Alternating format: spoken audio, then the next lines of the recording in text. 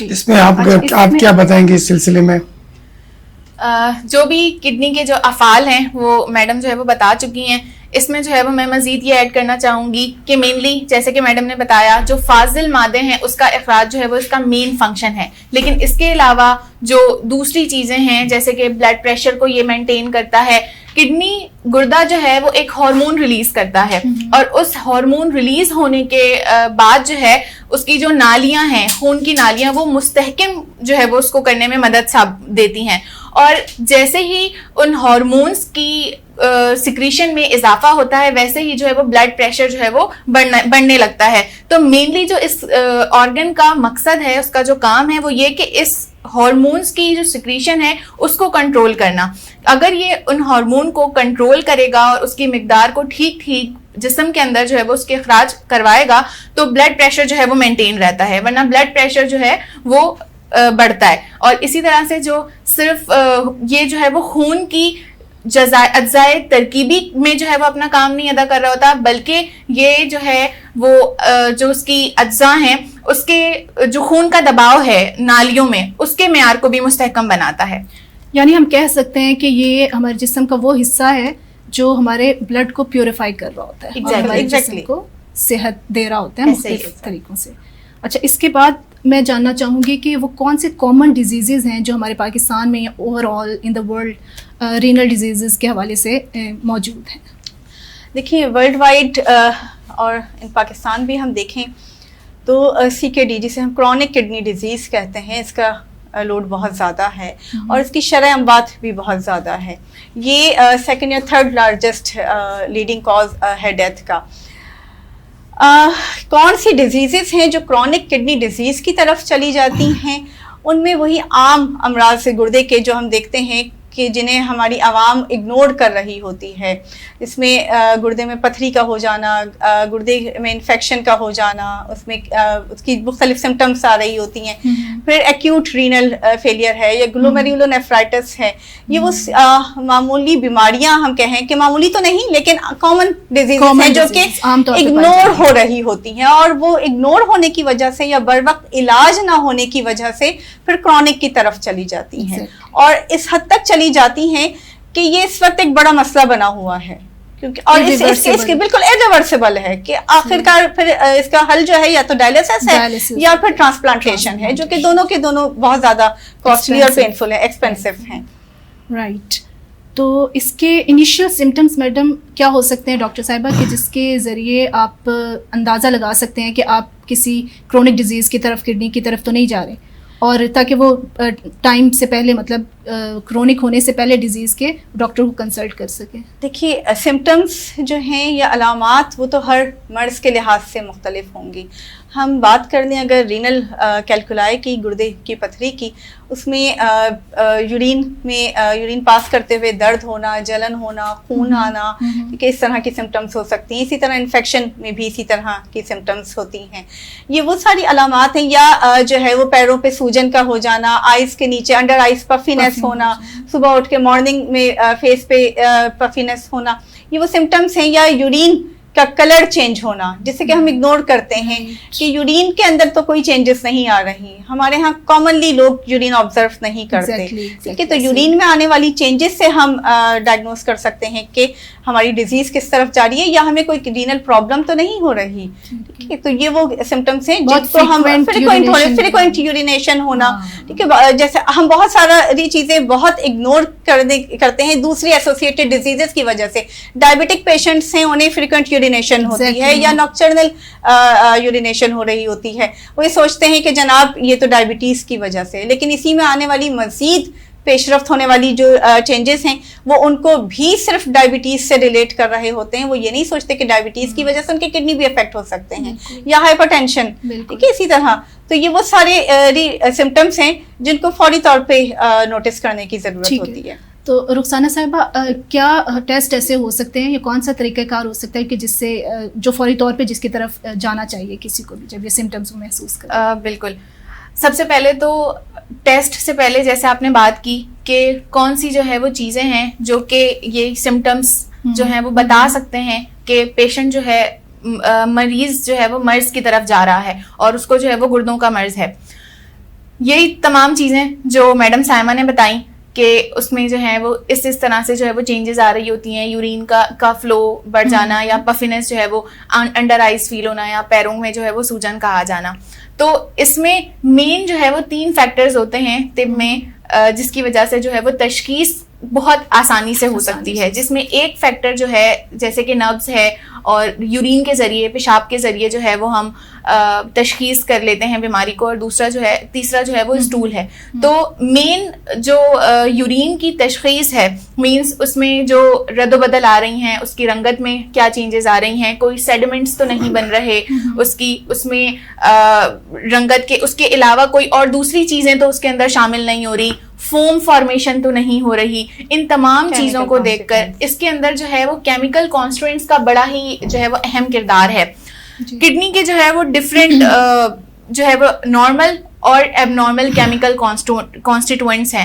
Normal chemical کانسٹیٹوئنٹس میں جو ہے وہ آرگینک اور ان آرگینک کیمیکل کانسٹیٹوئنٹس آتے ہیں, جس میں نارملی کیلشیم, میگنیشیم, کچھ ہارمونس ہیں, وائٹامنس ہیں, ایون جو ہے وہ یورک ایسڈ ہے, یوریا ہے, کریٹینین اور کریٹین ہے.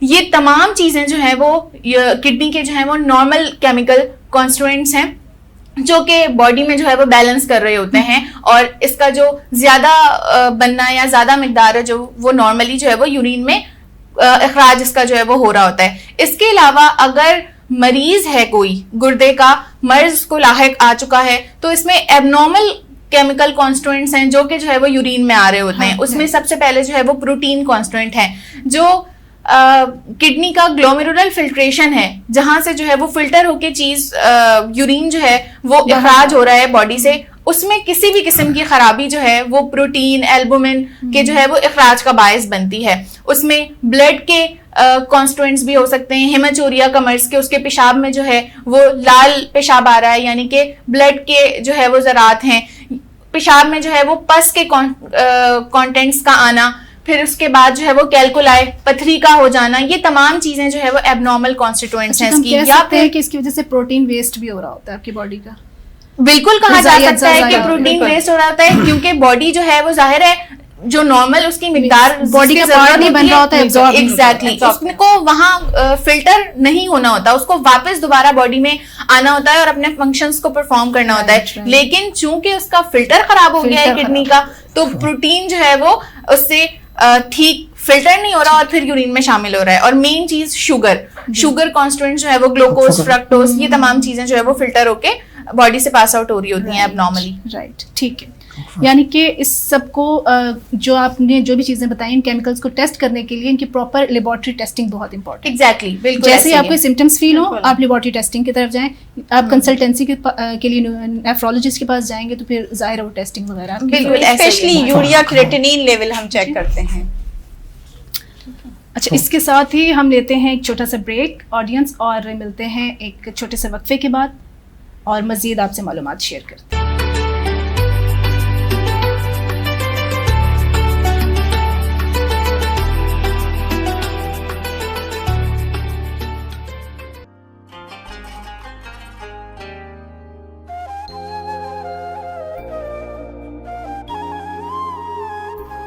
This Ramzan transmission is brought to you by OK Estate and Builder, Cosmos Realtor and Builder, M&J Shipping Line, Al Ibrahim Eye Hospital, Arfat Estate and Marketing. In association with One World Builder, Help International Welfare Trust, Bombay Lighthouse, Musani Electronics, Shan Marketing, Maiman Lawyers Forum, Bilwani Law Associates, North City School of Arts, Students Right Way, Al Maryam Real Estate, H. Dandor Production, Hoor Kitchen and Catering, Home Solution Real Estate and Builders, Bahriya Town, Karachi, H&H Homeopathic and Hajama Clinic, Pakistan Maiman Gujarati Movement.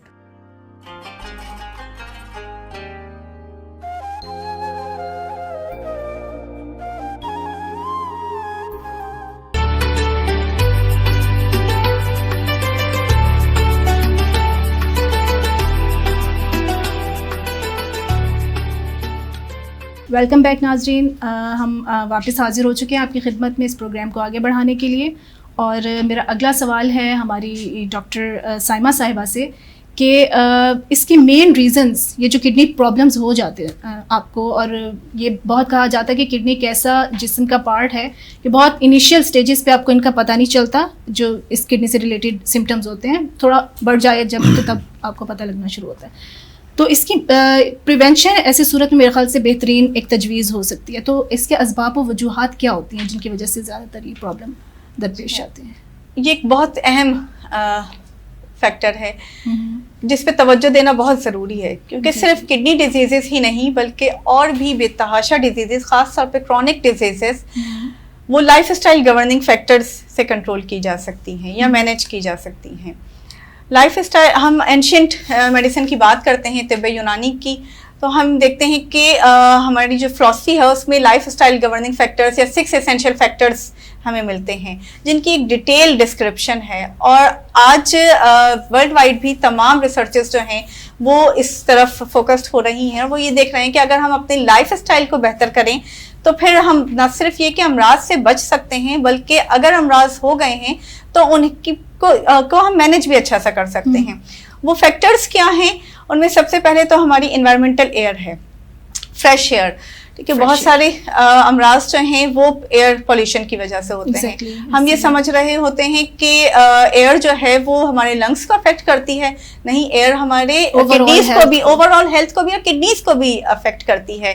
John Hopkins university میں ایک research ہوئی اور اس research کے مطابق year کے اندر موجود جو small particles ہیں وہ کڈنی میں البومن یوریا کا سبب بنتے ہیں، یعنی یورین کے اندر البومن جو پروٹین ابھی جیسے رخسار جاوید نے ذکر کیا وہ آنا شروع ہو جاتی ہے، اور ایسے مریض جو ہیں وہ جلدی کرونک کڈنی ڈیزیز کی طرف جاتے ہیں. اسی طرح جو دوسرا فیکٹر ہے وہ ہماری ڈائٹ ہے، ہمارا کھانا پینا. تیسرے فیکٹر میں ہماری فزیکل اینڈ مینٹل ہیلتھ آ جاتی ہے، اور اس کے بعد پھر ہماری سونا جاگنا، سلیپ پیٹرنز ہیں، پھر وہی سبسٹینسز جو جنہیں باڈی کے اندر ریٹین رہنا چاہیے وہ ریٹین رہیں، جو اسینشیل نہیں ہیں، ٹاکسک سبسٹینسز ہیں، وہ باڈی سے ایلیمینیٹ ہو جائیں. یہ وہ فیکٹرز ہیں جن پہ اگر ہم تھوڑی اچھی اسٹڈی کریں، یا ان کے حوالے سے مختلف ڈیزیزز کے لیے گائیڈ لائنس بھی موجود ہیں. ایون کڈنی ڈیزیزز کے حوالے سے بھی ڈفرینٹ یونیورسٹیز میں ریسرچز ہو کے ان کی گائیڈ لائنس بھی بنائی گئی ہیں. رائٹ، ٹھیک ہے. تو آپ نے بھی فوڈ کے بارے میں بھی بات کی کہ فوڈ بیلنس تو بہت امپورٹنٹ ہے، یہ تو انسان کو اوور آل ہی لائف اسٹائل پہ جو ہے بہت افیکٹ کر رہا ہوتا ہے، اور آپ کی خوراک جیسی ہوتی ہے ویسی آپ کی صحت ہوتی ہے، آپ کے تمام باڈی پارٹس اس کی منہ بولتا ثبوت ہوتے ہیں. تو اس حوالے سے آپ ایسے کون سے غذائی اجزاء ہیں، کیونکہ جیسے پروٹین کے بارے میں بھی ڈسکشن ہو رہی تھی، کیلشیم جیسے ہمارے جو گردے ہوتے ہیں وہ اگر وائٹامن ڈی کو ایکٹیویٹ نہ کریں تو کیلشیم ہمارے باڈی کا پارٹ نہیں بنے گا، جس کی وجہ سے آگے وہ بون ڈیزیزز کو لیڈ کرے گا. تو اس حوالے سے میں جاننا چاہوں گی کہ جو غذائی اجزاء ہماری خوراک میں موجود ہوتے ہیں ان میں سے کون سے ان کو کڈنی پرابلمس والے پیشنٹس کو لینے چاہیے اور کن سے اوائڈ کرنا چاہیے؟ سب سے پہلے تو کڈنی کے پیشنٹس کو جو چیز اوائڈ کرنی چاہیے وہ سالٹ ہے. اننیسیسری سالٹ انٹیک جو ہے وہ اوائڈ کریں. ہم جو ٹیبل سالٹ ہے ہمیں عادت پڑی ہوئی ہے کہ ہم کھانوں میں اوپر سے سالٹ ڈال کے کھا رہے ہوتے ہیں، اس ہیبٹ کو چینج کیا جائے.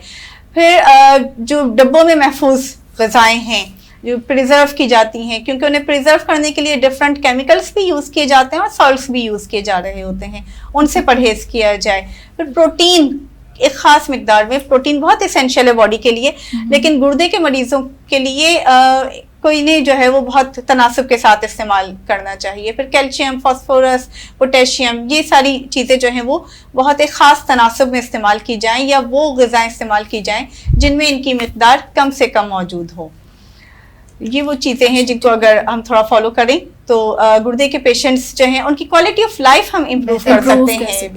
ڈاکٹر صاحب ایک بات جو خاص طور پہ ہم لوگ دیکھتے ہیں کراچی میں، کراچی کی آبادی پاکستان کا تقریباً 10% ہے، لیکن کراچی میں بڑے بڑے ہاسپٹل ہیں جو کڈنی پہ کام کر رہے ہیں. SIUT سب سے بڑی مثال ہے، انڈس بھی کام کر رہے ہیں، اور کئی اور ڈائلسس سینٹر قائم ہو گئے ہیں.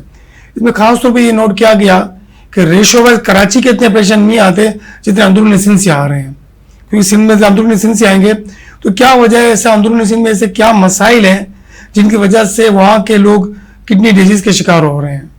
آف کورس یہ ایلیمنٹس جو آپ نے ابھی بتایا, صاف پانی کا نہ ہونا, صاف پانی کا نہ ہونا, کیونکہ صاف پانی جو ہے وہ رینل کیلکولائی, گردے کی پتھری کا ایک بہت بڑا سبب بنتا ہے.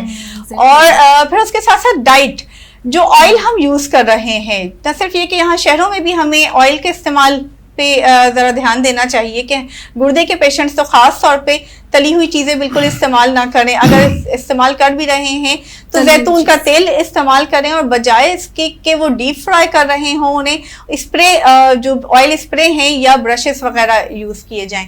جیسے آپ نے اندرون سن کے پیشنٹس کی بات کی, وہاں پہ بھی جو فوڈ کی کوالٹی ہے وہ بہت میٹر کرتی ہے.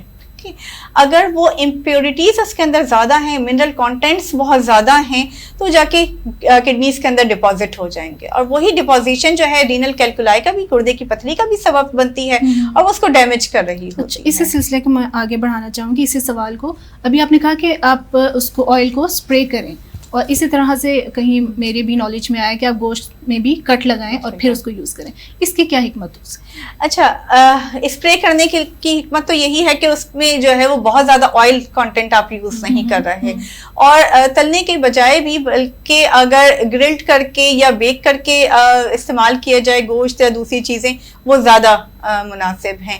کٹس لگانے کے لیے اس لیے کہ وہ بہت اچھے سے کوکڈ ہو, اور کیونکہ جو ہم میٹ کے لیے بات کرتے ہیں تو میٹ کے اندر جو ہے وہ اس کے درمیان میں جو فیٹس ہوتی ہیں وہ صحیح سے, اگر ہم کٹس نہیں لگاتے وہ صحیح سے کوکڈ نہیں ہوتی ہیں, تو وہ بہت اچھے سے جو ہے وہ ہونی چاہیے. بیف کے ساتھ ہیں یا نہیں, تمام میٹس کے لیے. ایکچوئل میں وہ سیچوریٹڈ فیٹس اور ٹرانس فیٹس ہوتے ہیں جو کہ ایزلی باڈی جو ہے وہ اس کو اس طرح سے قبول نہیں کر رہی ہوتی جس طرح وہ اپنے باقی غذاؤں کو جو ہے وہ کر رہی ہے قبول.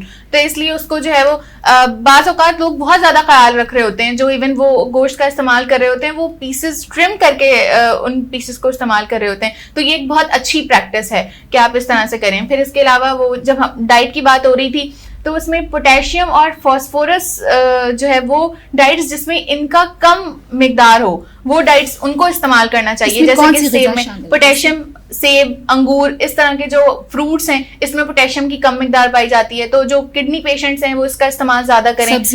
بالکل ایسا ہی ہے, کچی سبزیاں اور ہری سبزیوں کا استعمال کریں. فاسفورس ڈائٹ جو ہے وہ زیادہ استعمال نہیں کرنی. جیسے کہ نارمل لوگوں کو پتا ہے کہ جو کا جو دلیا ہوتا ہے وہ بہت اچھی پریکٹس میں ہے, ڈائٹ کا بہت اچھا, ڈائٹ میں بہت اچھا ہے, لیکن وہ گردوں کے مریضوں کے لیے اچھا نہیں ہے کیونکہ اس میں فاسفورس کا اماؤنٹ جو ہے وہ باقی دوسرے غذاؤں کے مقابلے میں زیادہ ہے.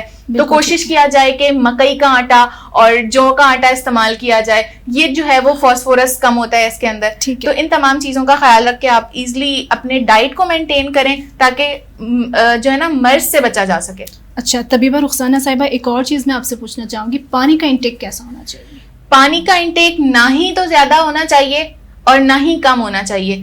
متبادل غذا اور متبادل جو ہے وہ اعتدال میں رہ کے پانی کا استعمال, بالکل متوازن لائف میں بہت ضروری ہے.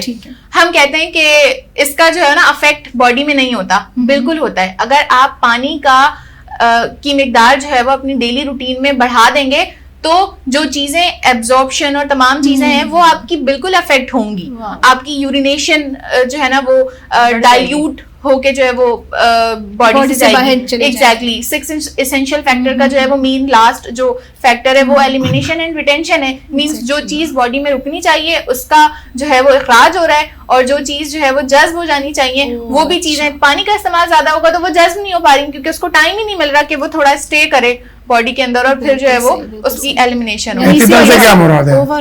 پانی میں کتنا مطلب کتنا انٹیک ہو؟ نارملی جو ہے وہ 12 گلاس 10 سے 12 گلاس پانی ڈیلی روٹین میں جو ہے وہ آپ کو لینا ضروری ہے. اب یہ بھی میٹر کرتا ہے کہ موسم کس طرح کا ہے.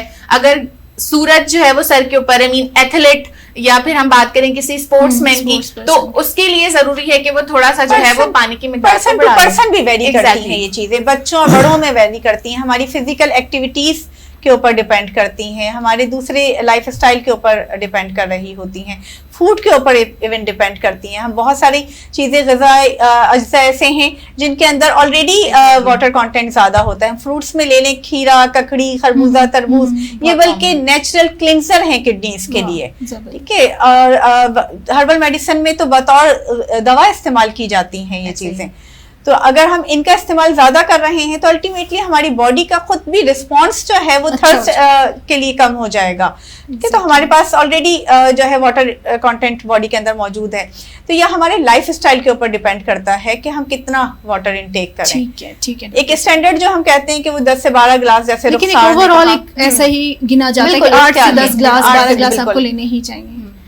اچھا جی, اس کے ساتھ ہی میں اب نیکسٹ کویشچن پہ جاؤں گی کہ جیسے جب کڈنی کے پرابلم ہوتے ہیں تو اس کی وجہ سے فردر باڈی کے دوسری پارٹس میں بھی ڈسفنکشنالٹی کچھ نہ کچھ آنے لگتی ہے, تو اس کے بارے میں مجھے کچھ بتائیے گا, اور یہ بتائیے گا کہ وہ کون سی ایسی ڈیزیزز ہیں جو گردوں کو افیکٹ کر رہی ہوتی ہیں, یعنی کچھ ریزنس تو یہ جو آپ نے ابھی بتائیں, تو ان کے علاوہ ڈیزیزز میں سے ایسی کون سی ڈیزیز ہے جو اگر پیشنٹ کو موجود ہے تو اس کو زیادہ احتیاط کی ضرورت ہے.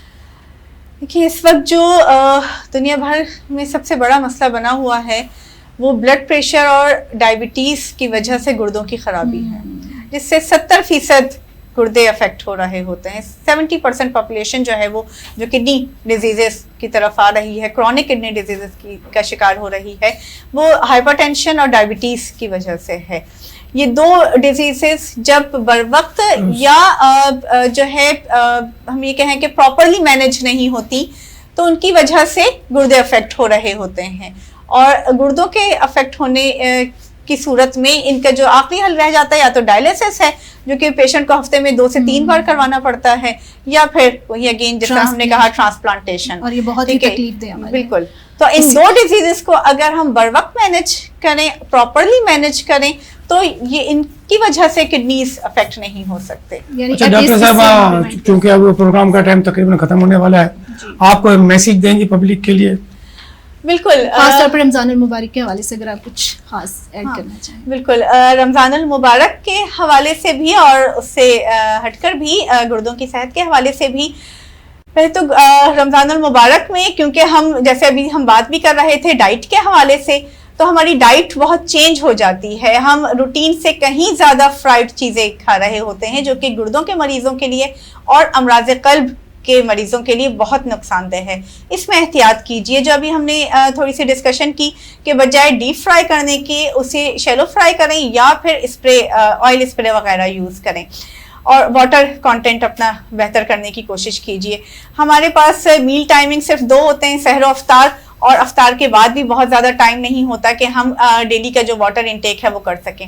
اس کو مینیج کس طرح کیا جا سکتا ہے؟ اس کو مینیج کرنے کے لیے جیسے میں نے ابھی کہا کہ ہمارے پاس اللہ تعالیٰ نے کچھ فروٹس ایسے دیے ہیں, کچھ ویجیٹیبلس ایسی ہیں جن کو اگر ہم اپنی غذا میں شامل کر دیں تو وہ ہمارا واٹر کانٹینٹ مینیج ہو سکتا ہے. اس میں کھیرا, ککڑی, خربوزہ, تربوز اور اس طرح کی چیزیں موجود ہیں. اچھا ڈاکٹر رخسانہ, آپ کچھ کہنا چاہیں گے؟ ڈاکٹر رخسار, طبیبہ رخسانہ صاحبہ. پبلک کے لیے یہی میسج ہے کہ چونکہ رمضان چل رہا ہے تو ہم بہت ساری چیزوں کا خیال اس طرح سے نہیں رکھتے جس طرح سے ڈیلی روٹین میں رکھ رہے ہوتے ہیں. جس طرح سے میڈم صاحبہ نے بات کی کہ فرائڈ چیزوں کا استعمال بہت زیادہ ہو جاتا ہے, اور اس کے جو ہے وہ طریقہ کار کے بارے میں بھی جو ہے وہ ہم نے پروگرام میں ڈسکس کر لیا کہ آپ کس طرح سے جو ہے وہ فرائڈ چیزوں سے باہر نکل کے اور کون سے آپشنس کو جو ہے وہ اپنا لیں تو آپ اپنی صحت کو جو ہے وہ بہتر کر سکتے ہیں. اس کے علاوہ پانی انٹیک, پانی کنزمپشن, جو واٹر انٹیک ہے اس کا مسئلہ جو ہے وہ زیادہ تر رمضانوں میں دیکھا گیا ہے. صرف اور صرف جو کڈنی کی ڈیزیزز ہیں ان میں نہیں, بلکہ جو نارمل لوگ ہیں ان میں بھی جو ہے وہ ڈی ہائیڈریشن جو ہے وہ ایک کامن جو ہے وہ مسئلہ بنا ہوا ہے. تو میں تو یہی کہوں گی کہ اپنی ڈائٹ میں جب رمضان ہے اور آپ روزہ افطار کے لیے بیٹھے ہیں تو کھانا صرف کھانا نہیں ہے, بلکہ یہ دیکھیں کہ آپ نے کیا کھانا ہے اور پھر ساتھ میں اپنی واٹر انٹیک کو کس طرح سے مینیج کرنا ہے. کیونکہ ہم پریکٹس میں یہ کرتے ہیں کہ اتنا زیادہ جو ہے وہ کھا لیتے ہیں کہ پانی کی جو ہے وہ جگہ باقی نہیں رہتی, یا پھر ایک ساتھ پانی اتنا زیادہ کنزمپشن ہو جاتی ہے, پانی پی لیتے ہیں کہ پھر کڈنی کو جو ہے وہ لوڈ مل رہا ہوتا ہے. کیونکہ 3 گلاس سے زیادہ پانی اگر ایک دفعہ میں ہم پی لیں گے تو کڈنی تو زیادہ اس سے فلٹر کر ہی نہیں سکتا ایک دفعہ میں. تو یہ چیز جو ہے نا اویئرنیس تھوڑی سی لوگوں کے لیے ضروری ہے, ایک ساتھ زیادہ پانی بھی نہیں پینا. بہت شکریہ آپ دونوں کا. بنیادی بات کیا ہے کہ جو بات محسوس کی جا رہی ہے کہ کڈنی انسانی جسم کا بہت اہم پارٹ ہے, اور اس کی اہمیت کو ہم آدھے گھنٹے کے پروگرام میں بیان نہیں کر سکتے. انشاءاللہ تعالی اس پروگرام کو ہم کنٹینیو کریں گے. کڈنی کی صحت, گردے کی صحت کے بارے میں ہم انشاءاللہ مزید پروگرام آگے بھی کریں گے. اس کے ساتھ ہی ہمارا آج کا پروگرام اپنے اختتام کو پہنچا. امید ہے کہ آج کی معلومات سے آپ لوگ ضرور فائدہ حاصل کریں گے، اور انشاءاللہ تعالی مزید معلومات کے لیے ہم پھر آپ کی خدمت میں حاضر ہوں گے. ہمیں اجازت دیجیے. اللہ حافظ.